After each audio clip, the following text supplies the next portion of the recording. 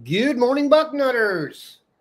It is Tuesday, July 15th, 2025. I am Dan Rubin. This is the Bucknuts Morning 5 and Change, and this podcast covers the national champions.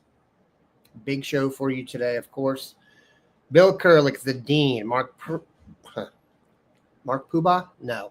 Mark Porter, the grand Poobah. You don't get a name like that for nothing, and I screwed it up. But we will get to those dudes, and we're going to put the finishing touches on 2026 here because we're about to flip the page to 2027, I would think, in focus, given how these recruitments are all coming down the stretch here. But first, if it's coming down the stretch and you're feeling a little uncomfortable, or you just want a healthier happy hour, Cornbread Hemp, America's first ever USDA organic THC gummy. Their mission at Cornbread: improve your quality of life with the highest quality hemp. Talk about a natural and healthier way to experience a carefree moment. You get a balanced sense of happiness and relaxation. Only 10 milligrams of THC per gummy for just the right dose. I guess that could be too much for some. No harsh solvents, no synthetic ingredients. Farm Bill compliant and legal for adults over 21. Like I said, if you weren't buying this stuff, they would not keep advertising. So we appreciate that. Sounds like you're having some healthy happy hours. And if you're looking to do this, hop on. Special offer for Bucknuts Morning 5 listeners. 30% off your first order. Just visit cornbreadhemp.com/Bucknuts and use promo code Bucknuts at checkout. Again, that's cornbreadhemp.com/Bucknuts and use code Bucknuts for 30% off your order. Cheers to a happier, healthier happy hour. All right. The Dean, the Grand Poobah, Bill Kurelic, Mark Porter are here. Gentlemen, as I indicated in the intro, Bill, we are, I guess, putting the finishing touches on 2026. Who knows what's going on in recruiting these days? Who knows what the calendar says? Who knows when signing day is and why people commit? But we're still going to take a shot at it, even though the landscape has been turned on its head. So there are a few guys Ohio State is in the mix for 2026 as they cap it off, Bill. Some more well-known than others, some a little better chance for Ohio State and others. We're going to kind of do a checklist here, and then we will try and hit as many questions as we can from our live audience. First, Bill, I'm just going to kind of go through a list of names here. If you see the front page of the site, that is Brilan Wulmarmac on the left. That is Juan Guilford on the right. Let's start with Brilan Wulmarmac. If for each guy I bring up, you could just quickly say who he is, where he's from, when he plans to commit, and if you think the Buckeyes got a good shot. So Brilan Wulmarmac, I'll help you out. Safety out of Mississippi. Elite safety, I might add. What a duo that would be if he ends up at Ohio State with Bradford. That would be a tremendous duo. Could happen. In fact, I still tend to, people think maybe Ohio State's slipping a little. I don't necessarily feel that way. I still think Ohio State is right there. It's Ohio State, Auburn, Texas A&M, Florida. He made official visits to all of them, and he will announce August 22nd, and that's still a long ways to go, and there's a lot that can happen between now and August 22nd. And we know what can happen at the end, too. But I do know he likes Ohio State a lot. I do know that they have been in discussions, the family, and discussions about, NIL and all those things, of course, always take place. And we'll see what happens August 22nd. But, again, I still feel Ohio State is right there as a top, if not the top contender for him. Mark? This is video for those playing along. This is Jameer Weiss. We talked about going to him. Yeah. For right on. No worries. We'll do that at the end. No, we'll do that at the end. I can pull up Womack again. You want him? That's all right. We've seen him plenty of times. Bill, Juan Guilford, He's an Indiana wide receiver. And is he at the top of their wish list, Bill? Because I get the feeling a Midwest guy like that should have already committed. Am I wrong? Is he holding out for a bigger offer? I know Ole Miss is involved. Well, there's a number of factors there. First of all, he is a guy they want. I mean, he is, he is far better, in my opinion, and for that matter, Ohio State's opinion, than his 3-star ranking. They would like to add him to this class. And he was impressive when he camped at Ohio State last month. There's no doubt that he is an Ohio State caliber player. Absolutely no doubt. Okay. Even with 4 current wide receiver commitments, he would be a nice addition. Absolutely. And he's looking at basically 4 schools: Ohio State, Ole Miss, Indiana, and Michigan. Now, he is at lives in Fort Wayne, Indiana, but he is not a Fort Wayne, Indiana native. He is a native of Florida. So, he's got roots down south. He's a Florida native. A number of years ago, he moved to the Midwest to Fort Wayne. So now, obviously, he's got some roots planted here in the Midwest. Ohio State and Ole Miss, when he was going to announce in late June, those were the 2 schools that were vying for his services. Indiana, they don't want to give up on him. Again, he lives in Indiana now, and he would be a great addition to Michigan's class. But my gut feeling is it's still going to be either Ole Miss or Ohio State. And he is announcing on July 18th, which according to my calendar is this weekend. And, that's only a few days away, but we all know what can happen in the last day or so. So we'll see. It used to be you could tell the kid if you had the scoop, hey, turn your phone off. And then after you commit, I'll put the story up and then you can turn your phone back on. Them days are done, Bill. We have no control or not even a semblance of control. Mark, off the hoof here, do you think this looks like an Ohio State wide receiver? Yeah, big bodied receiver right there. You can see he can box people out with the body and then showing off the long speed on this clip. He reminded me just when I was watching this tape of Quincy Porter.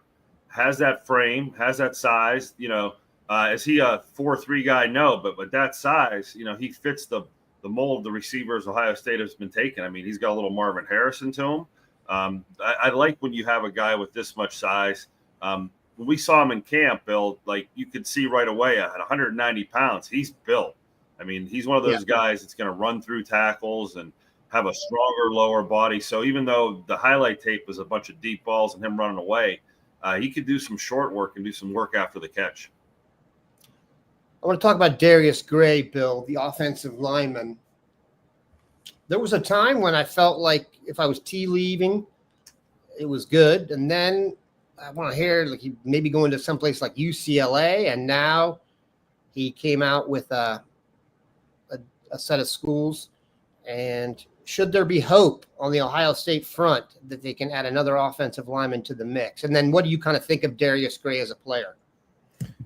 Oh wow, he's as good in my opinion as just about any interior offensive lineman in the country. And what impressed me when I saw him a couple of years ago, I guess a little less than that. When I saw him at Ohio State's camp, not this year but the previous June, was that he likes a challenge. I mean, he was going up against the very best defensive ends at that camp, and he just kept going back for more. He didn't win. He got beat some and he won some, but he just came back for more and more and more. So he likes a challenge, and he is really good. You asked me, Dan, does Ohio State really have a chance? And I would say, well, he came out with his top 5 recently, and Ohio State is in that top 5, and he's not announcing for a long time. His announcement plan is to announce after his senior season. That's not a common situation anymore. Let's put it that way. But he's going to announce after his after the football season. So that's a long ways to go. His 5 right now are Ohio State, LSU, South Carolina, Tennessee, and Georgia. So those are that's pretty great competition right there. If you ask me right now, I'd take the field against Ohio State. In fact, I'd probably, if you had to, as people on our site like to do, put the gun to my head, as they put it. I never liked that graphic in my mind, to be honest. But if you have to use that graphic and have to do that, I guess I'd probably go with LSU right now. But my goodness, the end of the football season's a long way to go. We haven't even started it yet. That's so true. I mean, and I was thinking about this today. And this is a slight digression, but there are going to be some colossal failures this year among teams. Everybody's now anteed up all this cash, and not everybody can win every game. I don't know if you knew that. There are going to be some colossal dumpster fires this year. That is literally inevitable. It's going to be fun to watch because I don't think, and I'm confident Ohio State won't be one. But think about this. I was just thinking about Felix Ojo the other day. How many offensive linemen have come into Ohio State as a true freshman and been that good? What's going to happen? Let's say hypothetically Ohio State a really good team plays Texas Tech the first weekend. He's going to get beat a few times. I mean, that's inevitable. And people are going to zoo on the kid because he's making more than the president. I mean, well, that's not true. I take that back. That used to be an accurate term. Man, that's going to be fun to watch and interesting. Dan, I think that is such an interesting topic of you have all these guys that have put all this money into players. And the reason they put that money into players is because they were told by coaches on the staff that we want this guy. He's the guy. He's the one that's going to fix our problems. Give us the money, get this guy, we'll get you some wins. And they've made statements like that to their boosters. And when they don't win, there's going to be a new type of anger, an entitlement type of anger where, listen, I wrote a check for $50K. I wrote a check for whatever. And you told me. So, yeah, and you're right. Not all of these people are going to be winners in this. And this is the new era. And this is what I said, like we started talking about this a year ago. Those NFL owners, that salary cap's $150 million. They write that check for $150 million, and it's like setting it on fire. They just walk away from it, and $50 million of it is going to be injuries, bad players, things that go wrong, but they just plug their nose and write it every year. And now they're numb to the feeling of those. You write that check for $50 or $100,000, and your guy goes out in the preseason with an ACL. It's a whole different type of pain, okay, that college sports isn't used to. And I think, Dan, bringing that up, it took me on this tangent where you're right. There's going to be a lot of bigwigs that wrote a lot of checks that are expecting, a return on them, and not everybody's getting it. Just hypothetically, and I'm using Texas Tech and Felix Ojo here just because they're the flavor of the week. I'm not in any way besmirching Felix talent. Obviously, a tremendous. He could be the best offensive lineman in the country. That doesn't mean you're going to get to college and not struggle at offensive line to some extent. I just imagine a huge donor at Texas Tech with all his buddies in the box, and he's like, that's the guy I paid for. And then back-to-back snaps, some defensive end gets 2 sacks in a row, and all his buddies start leaning into him like, oh, money well spent, da-da-da-da. How do you think guys like that respond to that? They call whoever they gave the money to and rip tail. So good luck on that one. That's going to be shady. All right, Bill, back to by the way, I got to make a slight correction of myself. Oh, good. I was going to say, if it was Mark, that wouldn't be acceptable. Go ahead. His top 5, Darius Gray. I said Georgia. It's actually Clemson is the other in the top 5. So the 5 he came out with relatively recently were Ohio State, LSU, Tennessee, South Carolina, and Clemson, not Georgia. I think I said Georgia, but it is Clemson is the other one. Yeah, Asian Palace. He better perform. That's all. I get it. And What Dan, I'm saying, hold on a sec. Okay. Ohio State has recruited the best of the best here for years, and people don't come in as freshmen and kick butt. So you're telling me other places where are they getting them from? Mars? We're recruiting from the same dudes. Michael Jordan started here out of necessity. You know what I mean? Paris Johnson didn't start at left tackle here as a freshman. Okay. Good gracious. Go ahead, Mark. Yeah, you've nailed it. The Jordan Seaton didn't solve Shadur Sanders' problems at Colorado freshman year. So these freshman offensive linemen, as good as they are, they're not grown-ass men yet. And Dan, I want to bring some attention. I do listen to you and Dave Biddle on the podcast sometimes, even though, it's tough to get through. But you brought up a point that kind of ties into this, where Ohio State's team last year is going to be the deal of the century for what they spent on that team. I mean, you hit on Caleb Downs, you hit on McLaughlin, you hit on Jordan Simmons, you hit on Judkins, you hit on every guy you spent money on and absolutely nailed it down the center of the fairway. Not everybody's doing that. That's not happening. That was such an, I don't want to say anomaly because we have nothing to base it on, but in the evaluation world, to nail 6 or 7 evaluations and put that kind of a money behind them and them all to turn out, and then you go win a national championship and go through the most brutal schedule on the way to that national championship, that is going to be the deal of the century. And everyone after this will spend way more trying to repeat what Ohio State did for nickels and dimes, which wasn't nickels and dimes at the time, but will be as this goes on. Who was the only freshman that really contributed? Maurice Claret? No. Jeremiah Smith. Right. This past year. Yeah. If that's the bar for freshmen contributing, yeah, all the money we spent was on transfers and guys coming back. That's not on freshmen. That's not on true freshmen being expected to come in and contribute day one. I'm telling you, man, I'm trying to think back to anybody besides Jeremiah Smith who was like a legit frontline starter as a freshman. Maurice, by the way, wasn't he? Wasn't No, Maurice Claret? That would be. Yeah. That's fine. But I mean, those are two rare. What year was that? Rare. So it happens once every 20 years? Yeah. That's not something you can pay $5 million a year for and think you're coming up roses. Yeah. Freshmen aren't, you don't see any national championship team with multiple freshmen throughout their roster getting it done. It's just, as good as freshmen are, they're just not physically ready yet. Not to play with the seniors. Okay, and I agree with that. However, when you give that person $4 million, common sense goes out the friggin' window, man. And I get it. This is if we have to bring up Orlando Pace, Maurice Claret, and Jeremiah Smith as your examples, good luck recruiting dudes like that on a consistent basis. The 49ers don't do that, okay? What are we talking about here? That's just the Cowboys don't do it either. Thank you very little. I didn't.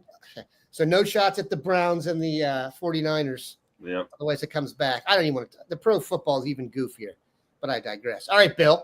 There's a running back I want to discuss before Mark takes another shot at me, and that is Derek Cooper. So I never really had Derek Cooper at the top of the list. I just didn't think it was feasible. But who knows these days, Bill? Your thoughts? Well, he is from Chaminade, Madonna, and we know about that school.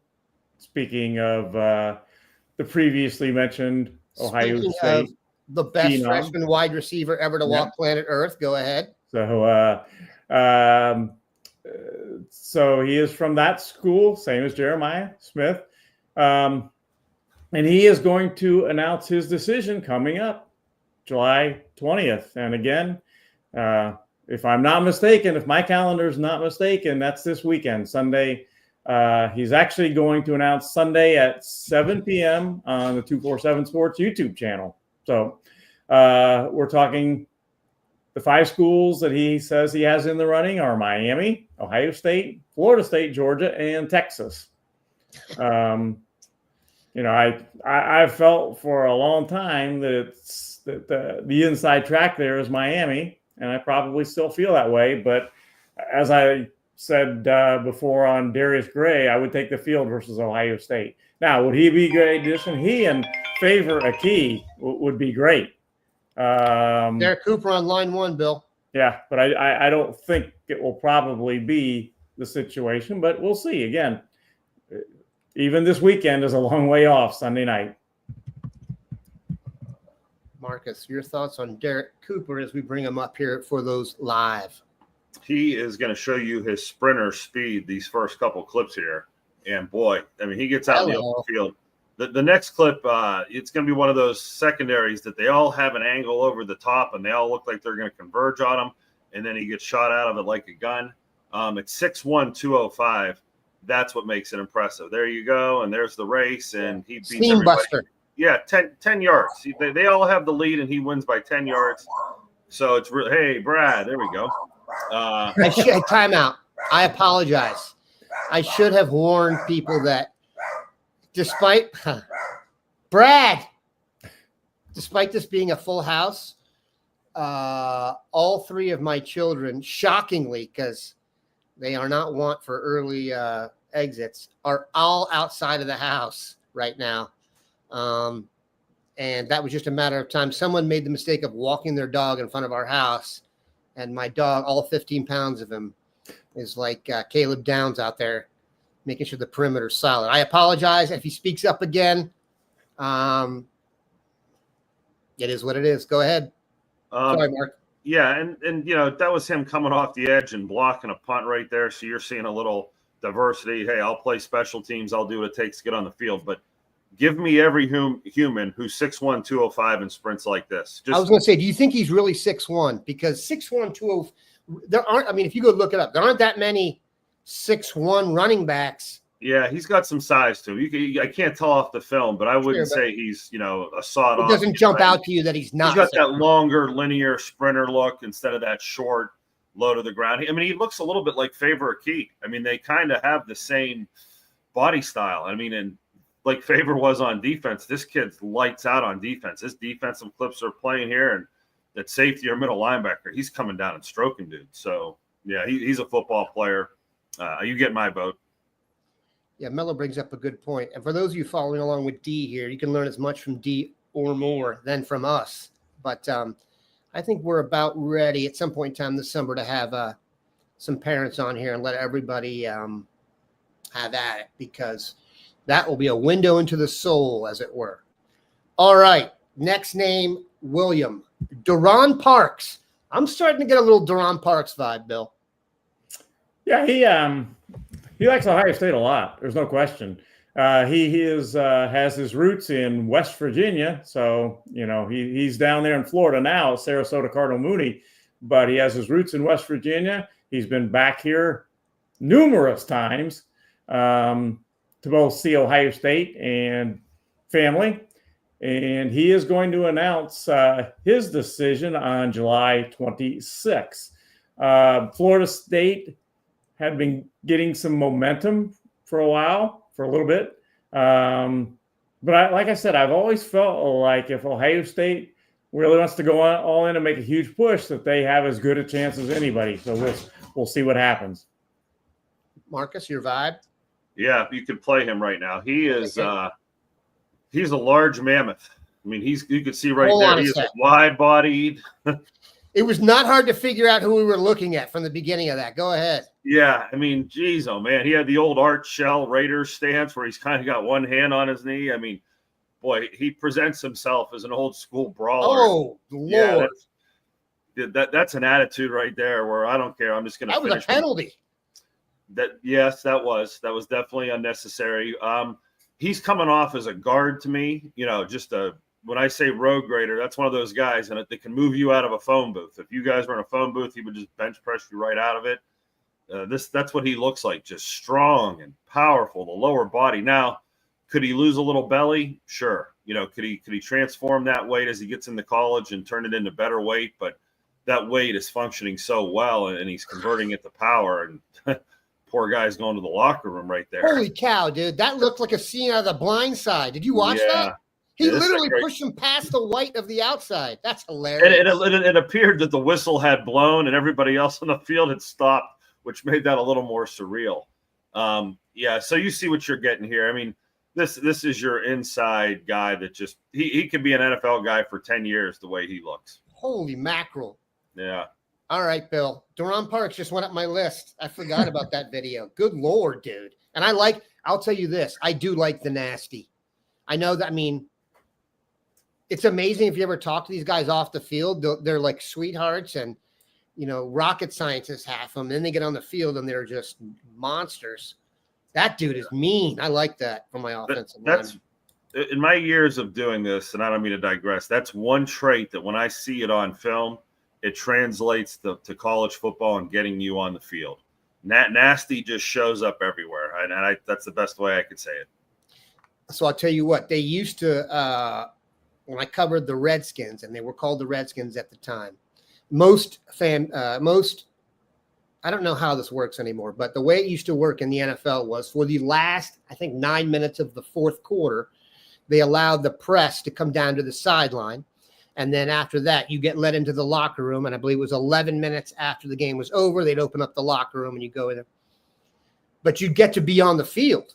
And I'll never forget this. One time I was Cowboys and Redskins, shocker, I was at that game. And by the way, in this game was the game that Emmitt Smith and Chris Warren rushed for over 100 yards. But what you find out during these games, which you don't see on TV, is that away from the camera, away from the ball, it is a fight to the death. No one wants to be on tape on the eye in the sky.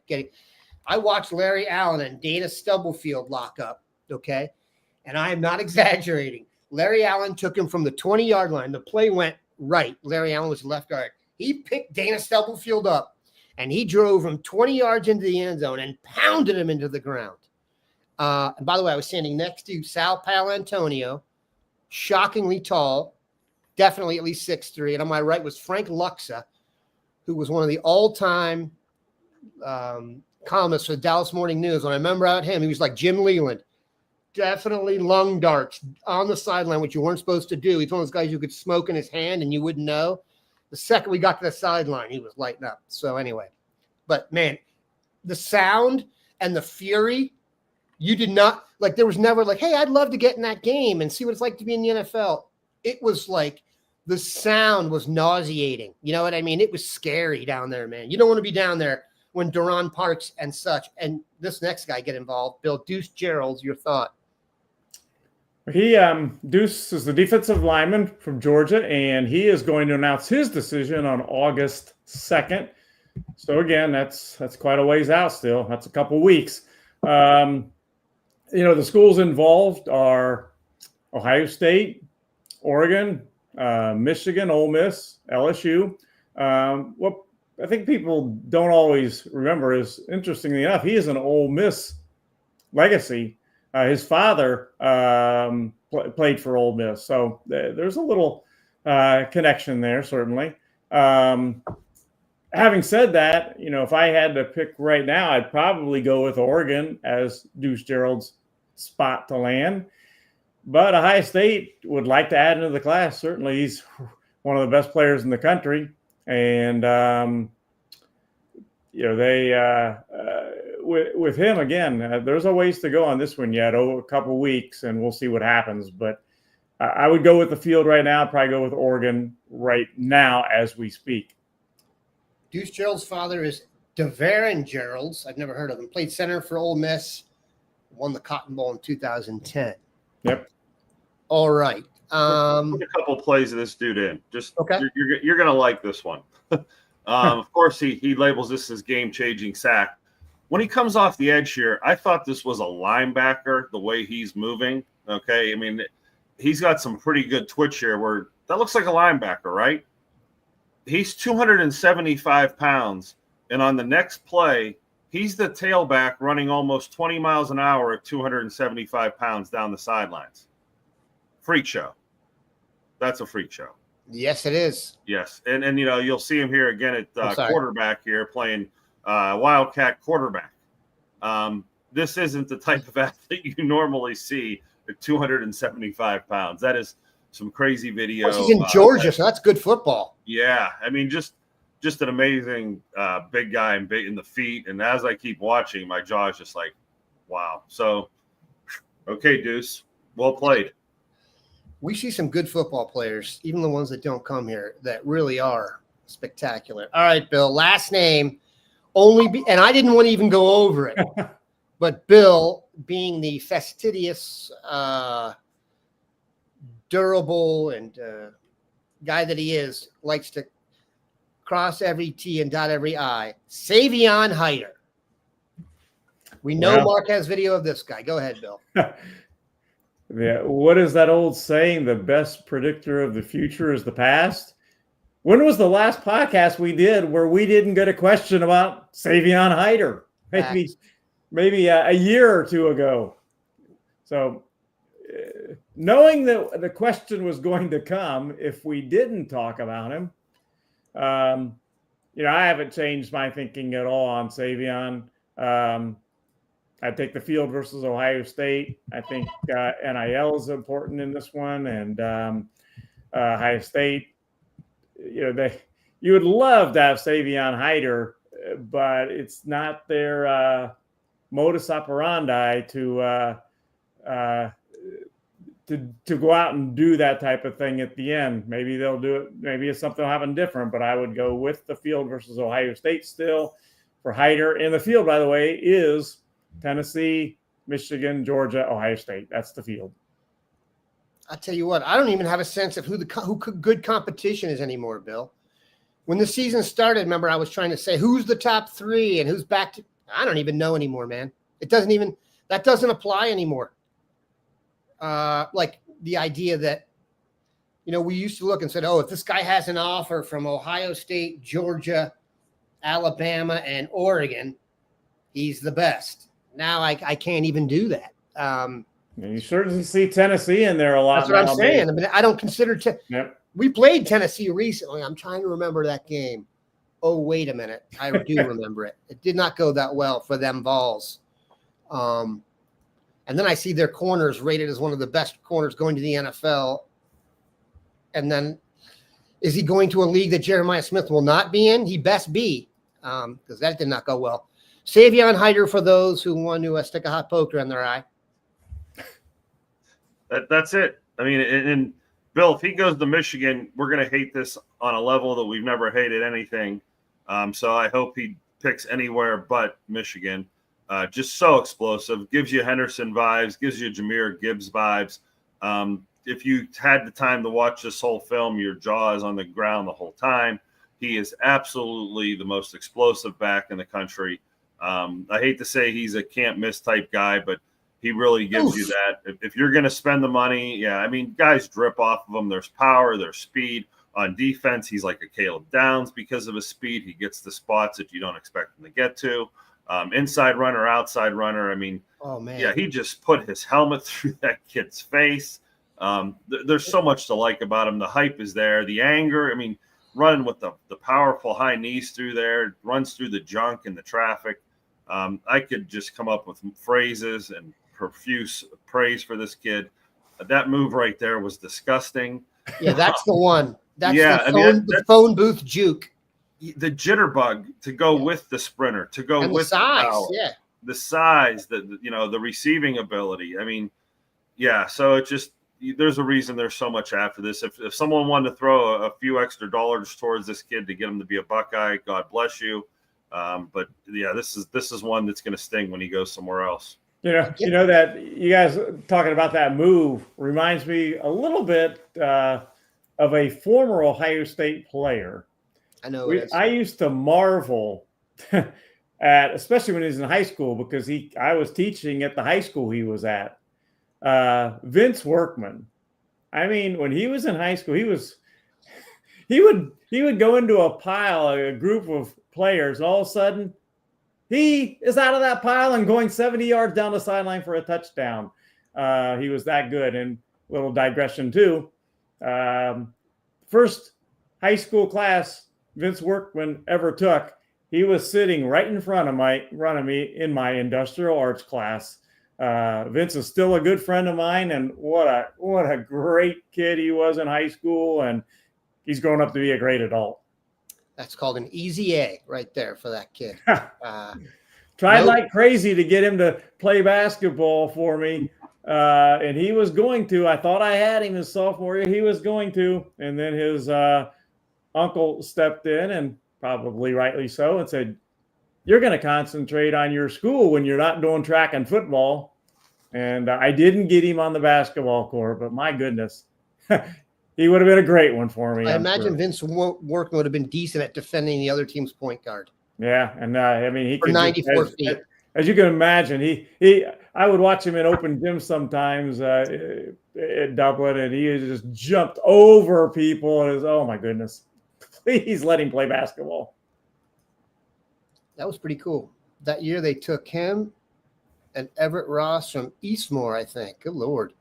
You guys are going down. This is a deep dive down memory lane here. Vince Workman, I think some younger people went to the Google machine for that name, and we're pleased to see it. All right, guys. Bill, is there anything we need to worry about between now? I know, and I say this because anything's possible, but we should be able to get to Thursday without cataclysmic recruiting information. Do you agree? Nothing's on the schedule right now of breaking, but again, I never like to say never in recruiting, especially in this day and age. But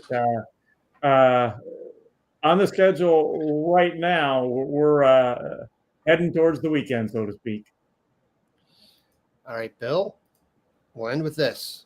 Bill, did you coach b-ball? Oh, yeah. Well, speak.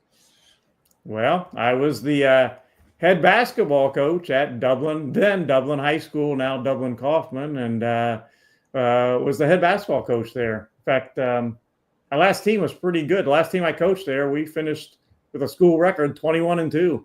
A school record at that time. That's since been broken. But yeah, basketball was my thing.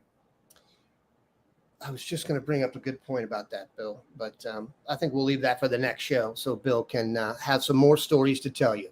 We appreciate you guys stopping by. I'll get to work on maybe setting up a show for later on in the summer with some Buckeye parents. I think that's really a good idea. Plus, we are paying the Sanchez's enough that they should probably have to get on the air and do some on-air work as well. Oh, we're just kidding. Some of you probably take that seriously, and that's fine too. Thank you guys for stopping by. I thank Brad for quieting down for the last 20 minutes. I'm going to go see why. That's usually not good. Have a good one. Nutters of Buck.